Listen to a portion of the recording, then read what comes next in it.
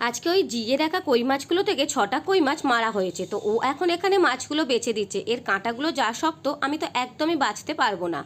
আর এই কই মাছ দিয়ে এইদিকে আলু, তারপরে গাজর, বিনস, ঝিঙে, একটু কাঁচকলা দিয়ে পাতলা ঝোল করব, আর এইদিকে নোটে শাক ভাজবো।